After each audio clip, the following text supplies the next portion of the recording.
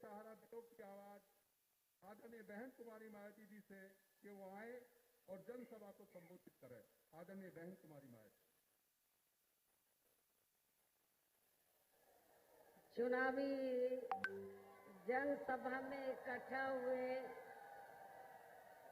BSP के सभी छोटे बड़े पदाधिकारियों एवं कार्यकर्तागण, आज आप लोग उत्तर प्रदेश में विधानसभा के लिए हो रहे आम चुनाव में कोरोना नियमों का पालन करते हुए अपनी पार्टी के लखनऊ मंडल के उम्मीदवारों के समर्थन में मुझे सुनने के लिए यहाँ इकट्ठा हुए हैं, तो उसके लिए मैं आप सभी लोगों का हार्दिक दिल से आभार प्रकट करती हूँ।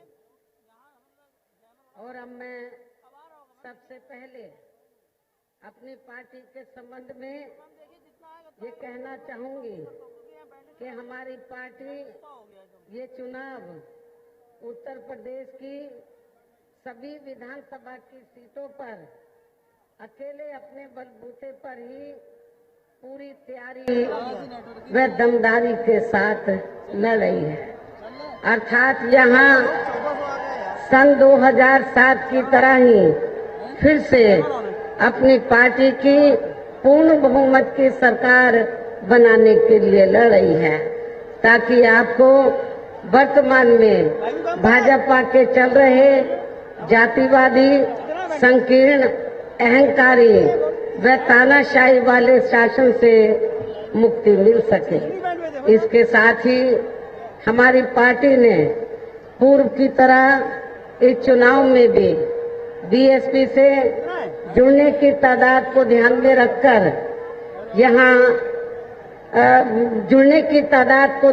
रखकर फिर उसी अनुपात में ही यहाँ सर्व समाज के लोगों को टिकट भी दिए है।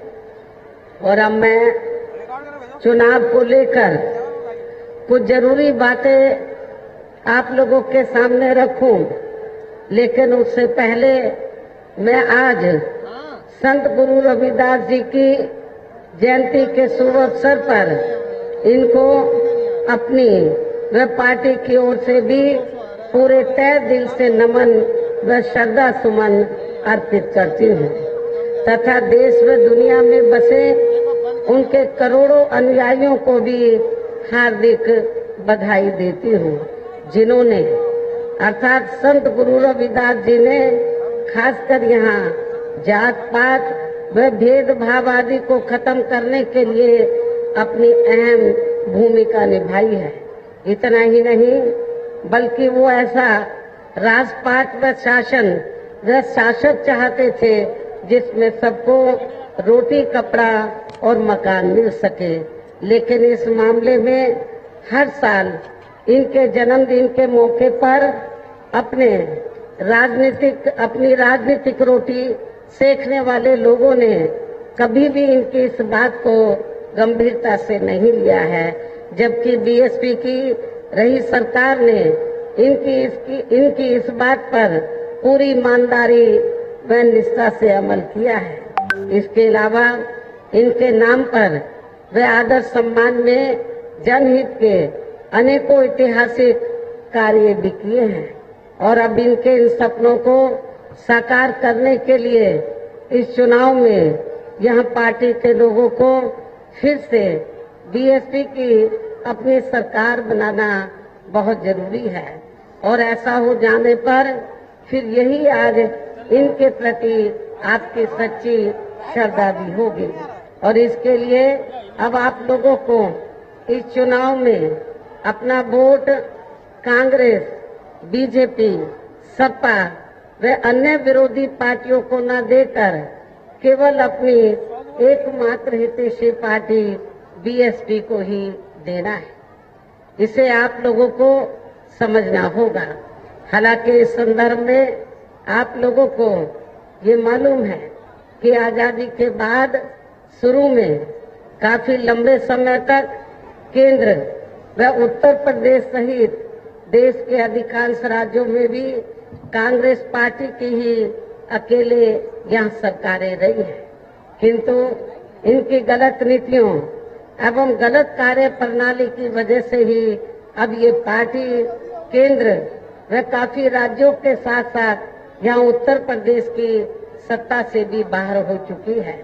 इसके साथ ही ये कांग्रेस पार्टी जबरदस्त जातिवादी होने के कारण शुरू से ही हर मामले में खासकर यहाँ दलित, आदिवासी व अन्य पिछड़ा वर्ग विरोधी पार्टी भी रही है और अभी भी है, जिस कारण केंद्र में रही इस पार्टी की सरकार ने इन वर्गों के मसीहा व भारतीय संविधान के मूल निर्माता परम पूज्य बाबा साहब डॉक्टर भीमराव अम्बेडकर को भारत रत्न की उपाधि से भी सम्मानित नहीं किया था, जिसके लिए वो हर प्रकार से पात्र भी थे।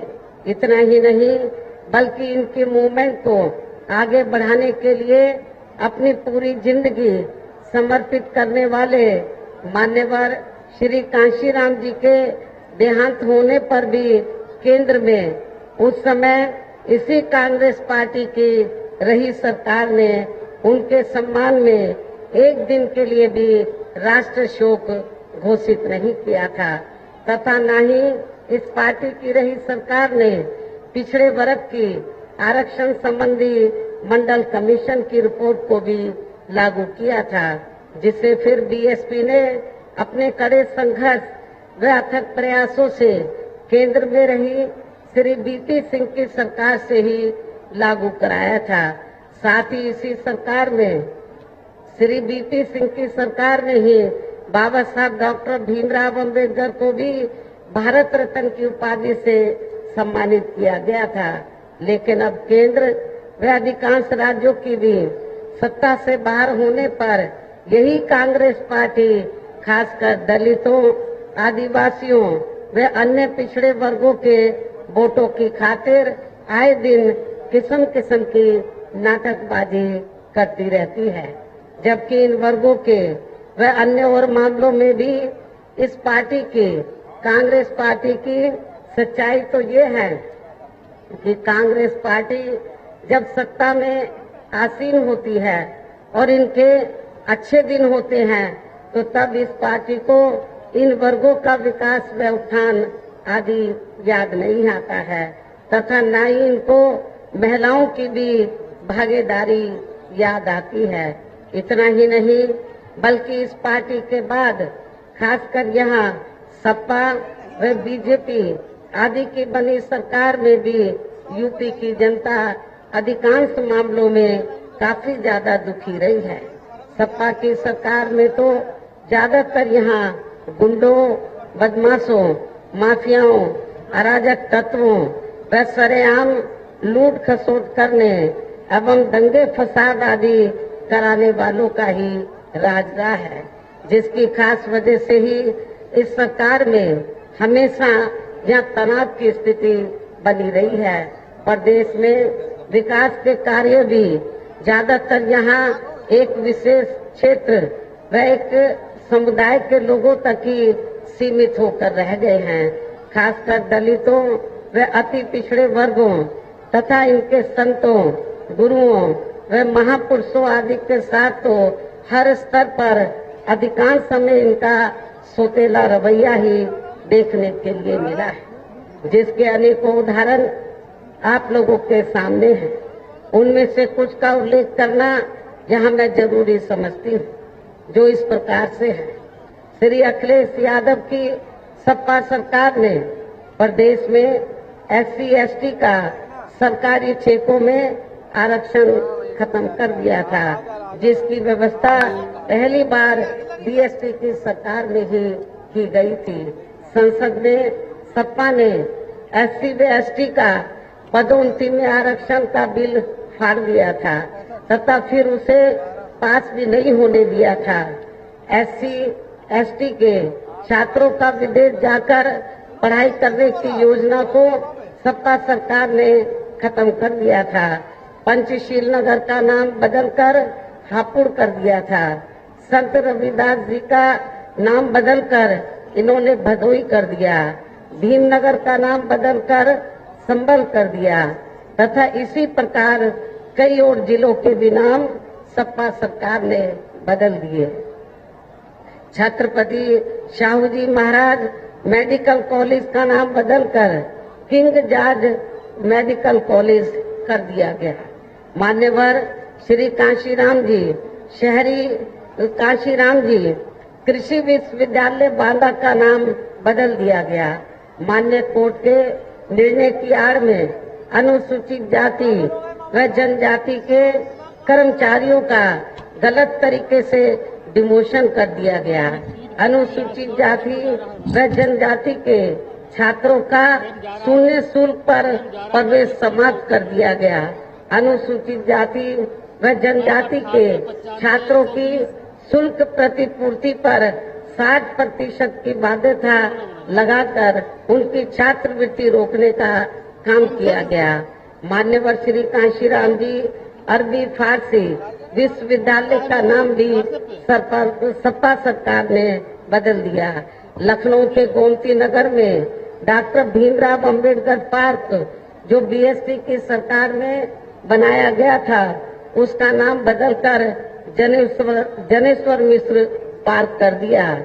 सरकारी भूमि आवंटन में SC/ST को मिलने वाली प्राथमिकता को खत्म कर दिया गया। SC/ST की भूमि खरीदने को लेकर नया संशोधन लेकर आए, जिसमें बिना डीएम की अनुमति के कोई भी उनकी जमीन खरीद सकता था, जिससे इन कमजोर वर्गों की जमीन को हत्याया जा सके।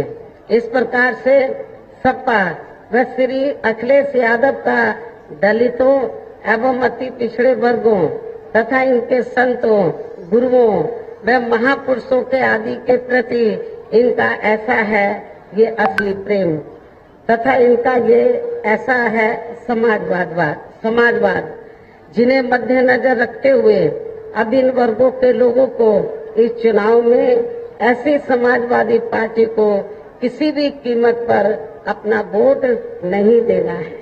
इतना ही नहीं बल्कि मैं इन सभी मामलों को लेकर ये भी सोच रही थी कि सपा सरकार के हटने के बाद शायद बीजेपी की सरकार सपा के इन फैसलों को जरूर बदल देगी, लेकिन ऐसा नहीं किया गया, जिससे सपा की तरह बीजेपी सरकार की भी दलितों एवं अन्य पिछड़े वर्गों तथा इनके संतों, गुरुओं व महापुरुषों आदि के प्रति जातिवादी मानसिकता साफ झलकती है। इसलिए चुनाव में सपा के साथ साथ बीजेपी को भी हमें सत्ता में आने से जरूर रोकना होगा।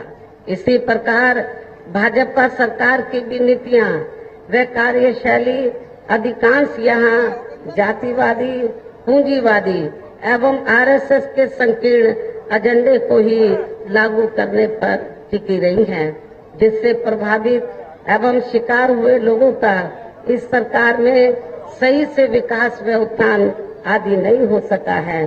साथ ही इनका हर स्तर पर काफी ज्यादा शोषण व उत्पीड़न आदि भी किया गया है। धर्म के नाम पर हमेशा यहाँ तनाव व नफरत आदि का वातावरण ही बना रहा है। प्रदेश में अपराध भी वर्तमान भाजपा सरकार में काफी ज्यादा बढ़े हैं। खासकर दलित, अकलियत व महिलाएं आदि भी इस सरकार में कतई भी सुरक्षित नहीं रही है। ताजा उदाहरण उन्नाव कांड का है, लेकिन मीडिया में उनके सही आंकड़ों व सच्चाई आदि को अधिकांश दबा दिया जाता है। इसके अलावा प्रदेश में गरीबों, मजदूरों, बेरोजगारों, दलित अन्य मेहनतकश लोगों के साथ साथ दलितों, आदिवासियों व अन्य पिछड़े वर्गों, मुस्लिम एवं अन्य धार्मिक अल्पसंख्यक समाज के लोगों के हित व कल्याण के लिए वर्षों से जो भी यहाँ सरकारी योजनाएं चल रही थी, तो उनका भी इन्हें वर्तमान भाजपा सरकार में सही से पूरा लाभ नहीं मिल पा रहा है। साथ ही दलितों व पिछड़ों को भी अब आरक्षण का पूरा लाभ नहीं मिल पा रहा है, क्योंकि अब ज्यादातर सरकारी कार्य प्राइवेट सेक्टर के जरिए ही कराए जा रहे हैं, जिसमें इनके लिए आरक्षण की कोई भी व्यवस्था नहीं है। सरकारी नौकरियों में भी इनका आरक्षण का कोटा पूरा नहीं किया जाता है। मुस्लिम व अन्य धार्मिक अल्पसंख्यक समाज के लोगों के साथ तो बीजेपी की सरकार में अधिकांश यहाँ पक्षपात वाला रवैया ही अपनाया गया है। विशेषकर मुस्लिम समाज को इस सरकार में सबसे ज्यादा दुखी रहा है। इतना ही नहीं बल्कि इस बार बीजेपी की सरकार में अपर कास्ट समाज में से विशेषकर प्रबुद्ध वर्ग भी हर मामले में अपने आप को काफी ज्यादा उपेक्षित महसूस करता रहा है। इसके अलावा इनकी गलत आर्थिक नीतियों के कारण यहाँ गरीबी, बेरोजगारी व महंगाई आदि भी काफी ज्यादा बढ़ी है। इसके साथ साथ उत्तर प्रदेश सहित पूरे देश के किसान भी केंद्र सरकार की गलत नीतियों के कारण काफी ज्यादा दुखी व परेशान रहे हैं और अभी भी हैं। साथ ही प्रदेश में बेरोजगार लोगों को रोजगार नहीं मिलने के कारण ही ज्यादातर इनको इस सरकार में भी पलायन करना पड़ा है। आप लोगों को ये मालूम है कि यूपी में बीएसपी को छोड़कर तो जितनी भी यहाँ सरकारें रही हैं, चाहे कांग्रेस की रही हो, चाहे सपा की रही हो, चाहे बीजेपी की वर्तमान में चल रही हो, इन सभी सरकारों में जब यहाँ बेरोजगार लोगों को रोटी रोजी के साधन नहीं मिले तो बड़े पैमाने पर ये पलायन करके चले गए। लेकिन उत्तर प्रदेश में बीएसपी की ही अकेली ऐसी सरकार थी। जब 4 बार बीएसपी की सरकार बनी तो मेरी चारों हुकूमत में लोग पलायन करके नहीं बल्कि जो पलायन करके चले गए थे रोटी रोजी के लिए, वो फिर से उत्तर प्रदेश में वापस आ गए। उनको लगा कि यहाँ उनको रोटी रोजी के साधन मिलेंगे और मेरी सरकार ने उनको रोटी रोजी के साधन दिए भी। इस प्रकार से इन सभी विरोधी पार्टियों की रही सरकारों में शुरू से ही यहाँ यूपी की जनता काफी ज्यादा दुखी व परेशान रही है। विशेषकर कोरोना महामारी के दौरान तो इन सभी की हालत और भी ज्यादा खराब हो गई है।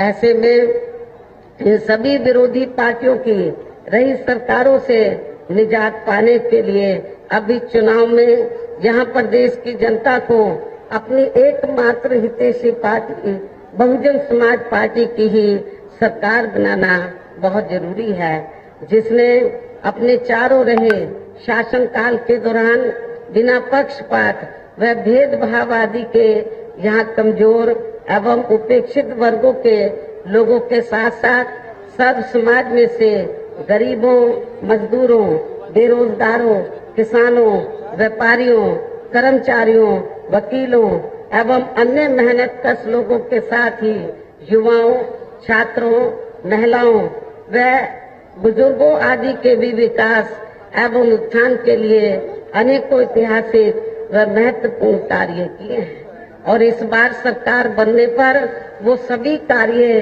फिर से किए जाएंगे, युद्ध स्तर पर किए जाएंगे। इसके अलावा बीएसपी की रही सरकार में ही दलित व अन्य पिछड़े वर्गों में जन्मे अपने महान संतों, गुरुओं व महापुरुषों आदि को भी विभिन्न रूपों में पूरा आदर सम्मान दिया गया है और आगे भी इनके सम्मान में कोई कमी नहीं आने दी जाएगी। प्रदेश में विशेषकर गरीबी एवं बेरोजगारी आदि को दूर करने के लिए इस बार भी जरूरी कदम उठाए जाएंगे। मैं आप लोगों को विश्वास दिलाना चाहती हूँ कि इस बार जब बीएसपी की सरकार बनेगी तो जो गरीब बेरोजगार लोग हैं, नौजवान लोग हैं, तो उनको रोटी रोजी के लिए बाहर नहीं जाना पड़ेगा बाहर के प्रदेशों में, बल्कि आप लोगों को यूपी में ही रोटी रोजी के साधन मिलेंगे। साथ ही किसानों को भी किसी भी मामले में निराश नहीं होने दिया जाएगा।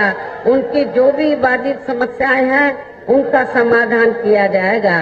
इसके अलावा आपके लखनऊ मंडल की जो भी यहाँ स्थानीय समस्याएं होंगी तो उन्हें भी दूर करने का पूरा प्रयास किया जाएगा। आपके लखनऊ मंडल में जितने जिले आते हैं तो उन जिलों में जो भी स्थानीय समस्याएं होंगी तो उनका जरूर समाधान किया जाएगा। इसके साथ साथ केंद्र व यूपी सरकार के भी विवादित नियमों व कानूनों को यहाँ लागू नहीं होने दिया जाएगा। इसके साथ ही बीएसपी की सरकार बनने पर यहाँ बीजेपी व सपा आदि के शासनकाल की तरह कानून व्यवस्था को किसी भी कीमत पर खराब व लचर नहीं होने दिया जाएगा तथा हर स्तर पर यहाँ कानून द्वारा कानून का राज कायम किया जाएगा। जाति व धर्म के आधार पर यहाँ लोगों का किसी भी प्रकार से शोषण व उत्पीड़न आदि नहीं होने दिया जाएगा, जैसा कि वर्तमान भाजपा सरकार में हो रहा है। खासकर कानून व्यवस्था को बेहतरीन बनाने के लिए विशेष अभियान के तहत वह दलगत राजनीति से ऊपर उठकर यहाँ गुंडों, बदमाशों, माफियाओं व अन्य आपराधिक एवं अराजक तत्वों को भी जेल की सलाखों के अंदर भेजा जाएगा, जहां मेरी सरकार में इनकी जेल के बाहर नहीं बल्कि जेल के अंदर ही सही जगह होती है। इतना ही नहीं बल्कि वर्तमान भाजपा सरकार ने जाति, धर्म व राजनीतिक द्वेष की भावना के तहत जिन लोगों को खासकर धरना प्रदर्शन आदि के नाम पर जबरदस्ती गलत धाराओं में फंसा के उन पर अनेकों केस चलाए हुए हैं, तो उन मामलों की भी सही से जांच करा के उनके केस भी खत्म कर दिए जाएंगे। इसके अलावा प्रदेश में खासकर शिक्षा के क्षेत्र में व अन्य और विभागों के भी कर्मचारी जो आए दिन अपनी मांगों को लेकर धरना प्रदर्शन एवं हड़ताल आदि करते रहते हैं, तो उन सभी मामलों को निपटाने के लिए एक आयोग का गठन किया जाएगा और उनकी सही मांगों को मान लिया जाएगा, जिसमें कर्मचारियों की पुरानी पेंशन योजना को भी लागू करने का मामला शामिल है, अर्थात पुरानी पेंशन योजना को लागू किया जाएगा। इसके साथ साथ मैंने पार्टी के विभिन्न कार्यक्रमों के दौरान सर्वजन हिताय व सर्वजन सुखाय को लेकर जो भी कार्य करने के लिए कहा है तो उन पर भी जरूर अमल किया जाएगा। लेकिन ये सभी कार्य करने के लिए इस चुनाव में यहाँ बीएसपी को सत्ता में लाना बहुत जरूरी है, जिसके लिए अपनी पार्टी के लोगों को वोट पड़ने तक यहाँ सभी विरोधी पार्टियों के साम दाम दंड भेद आदि हथकंडों से भी जरूर सावधान रहना है। और इस मामले में विरोधी पार्टियां चुनाव होने से कुछ समय पहले व चुनाव के दौरान भी अपने अपने पक्ष में हवा बनाने के लिए खासकर मीडिया व ओपिनियन पोल एवं सर्वे आदि का जो बड़े पैमाने पर गलत इस्तेमाल करती है, तो उससे भी आप लोगों को बिल्कुल भी गुमराह नहीं होना है।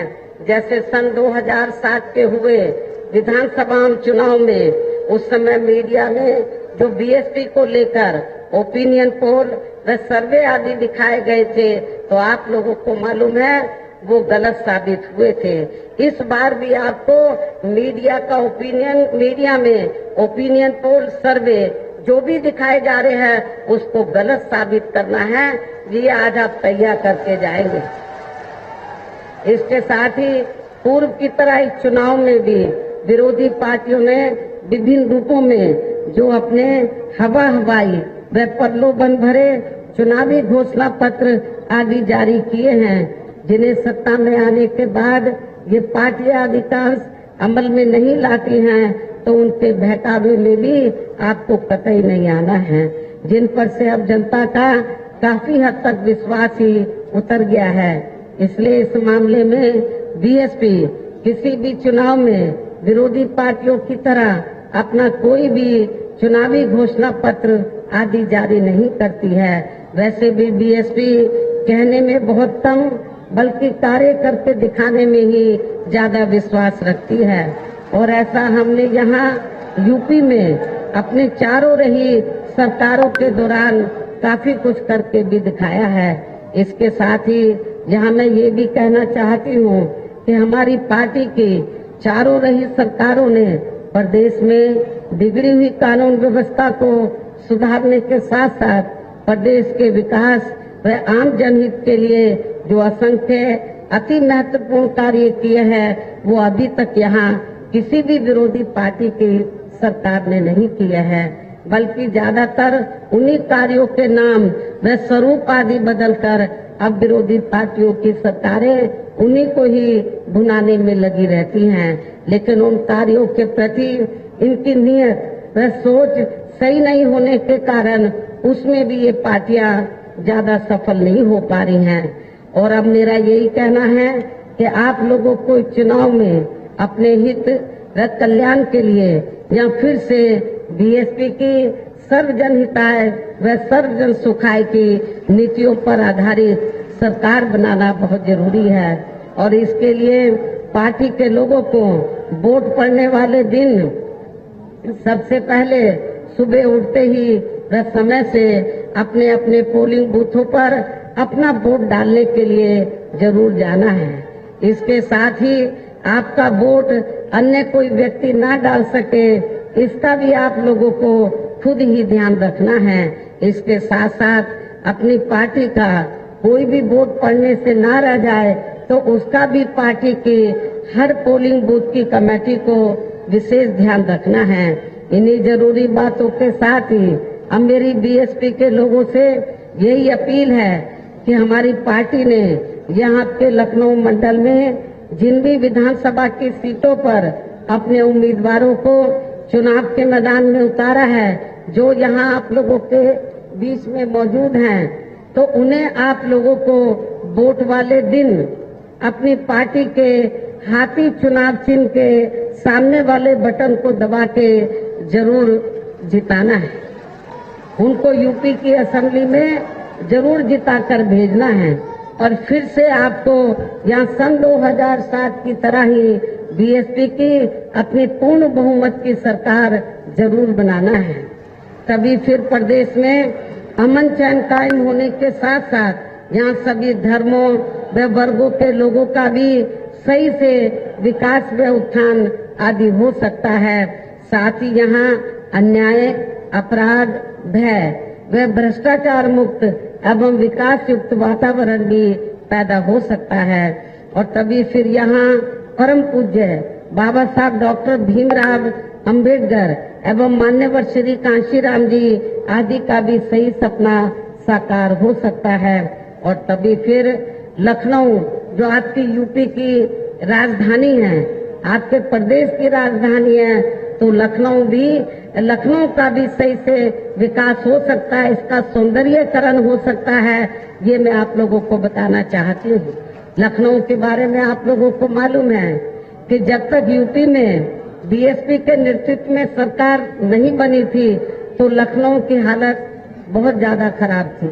लखनऊ में जो लोग आते थे तो वो सोचते थे कि लखनऊ में कुछ नहीं है, जैसे और जिलों की हालत है वैसी राजधानी की हालत है।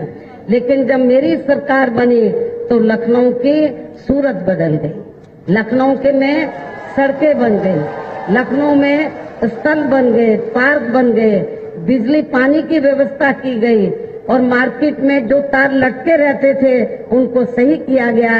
ये भी आप लोगों को मालूम है। लखनऊ में अब जो लोग आते हैं, कभी बहुत से लोग विदेश चले गए, जब वो लखनऊ में पहली मेरी गवर्नमेंट बनने के बाद इधर आए पहली बार, बोलते तो लखनऊ नहीं, ये तो बदल गया लखनऊ, ये तो कोई और लखनऊ है। ये जो विदेश में लोग चले गए थे यूपी के, तो वो लोग कहते थे कि अब यूपी की सूरत बदल गई है। तो मेरा आप लोगों से यही कहना है कि लखनऊ जो यूपी की राजधानी है, अभी इसमें और भी काम करने की जरूरत है। आप लोग अपनी सरकार बनाएं, लखनऊ को बहुत बेहतरीन कैपिटल बनाया जाएगा, ये भी मैं आप लोगों को विश्वास दिलाना चाहती हूँ। लखनऊ मंडल में और भी जिले आते हैं, लखनऊ जिले के अलावा उन सब का विकास किया जाएगा, सभी जिलों का। वहाँ की जो स्थानीय समस्याएं होंगी उनका भी समाधान किया जाएगा। ये भी मैं आप लोगों को विश्वास दिलाना चाहती हूँ। लखनऊ मंडल में केवल अकेले लखनऊ जिले का ही नहीं, बल्कि लखनऊ मंडल में जितने भी जिले आते हैं तो सबका उद्धार किया जाएगा, स्थानीय समस्याओं का समाधान किया जाएगा, वहाँ के लोगों की समस्याओं को हल किया जाएगा। इस उम्मीद के साथ ही अब मेरा यही कहना है कि अब आप लोगों को हर पोलिंग बूथ को जिताना है, बीएसपी को सत्ता में लाना है। हर पोलिंग बूथ को जिताना है, बीएसपी को सत्ता में लाना है। वैसे आज आप लोगों के जोश को देखकर मुझे ऐसा लग रहा है कि आप लोग बीएसपी के नेतृत्व में अपनी 5वीं बार सरकार जरूर बनाएंगे। आप लोग बीएसपी के नेतृत्व में अपनी 5वीं बार सरकार जरूर बनाएंगे और अपनी बहन जी को 5वीं बार यूपी का मुख्यमंत्री जरूर बनाएंगे। वैसे मैं आप लोगों को ये भी विश्वास दिलाना चाहती हूँ कि यूपी में 2 चरणों का चुनाव हो चुका है, लेकिन जो वोट पड़ा है जब रिजल्ट आएगा तो चौंकाने वाला आएगा। अभी तो ये मीडिया को मैनेज करके, तो जो जातिवादी मीडिया है उसको मैनेज करके अभी तो ये कुछ भी दिखाते रहे, 2 चरणों का जो वोटिंग हुआ है, लेकिन रिजल्ट आएगा आप देखना कि तस्वीर कुछ और होगी। सन 2007 की तरह यूपी के हर चरण में, यूपी में जो चुनाव कई चरण में हो रहा है, हर चरण में बहुत अच्छा रिजल्ट आएगा, चौंकाने वाला रिजल्ट आएगा और बीएसपी की पूर्ण बहुमत की सरकार जरूर बनेगी। ऐसा मैं आप लोगों को विश्वास दिलाना चाहती हूँ। और इसके साथ ही मैं खास तौर से जो विधानसभा की कमेटी है और विधानसभा में जो नीचे लेवल की कमेटी बनी है सेक्टर पोलिंग बूथ की, उनसे मैं पुनः अपील करती हूँ। मैंने 9 जनवरी को यूपी स्टेट की मीटिंग बुलाई थी, उसमें विधानसभा के अध्यक्ष भी मौजूद थे। मैं उनसे अपील करती हूँ कि ये काम आप लोगों का है, दूसरी पार्टियों को सत्ता में नहीं आने देने का, बीएसपी को सत्ता में लाना, ये काम किसका है? विधानसभा की कमेटी, सेक्टर और पोलिंग बूथ की कमेटी। जो हमारे बड़े बड़े नेता हैं उनका भी कुछ हद तक योगदान है, लेकिन जब रिजल्ट अच्छा आएगा लखनऊ मंडल से तो उसका क्रेडिट मैं बीएसपी के बड़े बड़े नेताओं को नहीं दूंगी, बल्कि हर विधानसभा में विधानसभा की कमेटी, सेक्टर और पोलिंग बूथ की कमेटी को उसका मैं क्रेडिट दूंगा। तो इसलिए जो विधानसभा की कमेटी है, पोलिंग बूथ की कमेटी है, उनकी ये जिम्मेवारी बनती है कि आप लोगों को इस चुनाव में तो पूरी ईमानदारी निष्ठा से जो आप लोगों ने सेटअप बनाया है, हर मोहल्ले मोहल्ले में जाकर पोलिंग बूथ की कमेटी की जिम्मेवारी बनती है। हर मोहल्ले मोहल्ले में जाकर तो आप लोगों को, सर्व समाज के लोगों को बीएसपी को वोट देने के लिए उनको मोटिवेट करना है और उनको यही बताना है। हर पोलिंग बूथ की कमेटी को मेरे आप लोगों से फिर दरखास्त है कि आप लोगों को हर पोलिंग बूथ को जिताना है, बीएसपी को सत्ता में लाना है। इस विश्वास के साथ ही अब मैं पुनः अपनी पार्टी के इन सभी उम्मीदवारों को जिताने की पुरजोर अपील करते हुए आप लोगों से यही रजा लेती हूँ। जय भीम, जय भारत।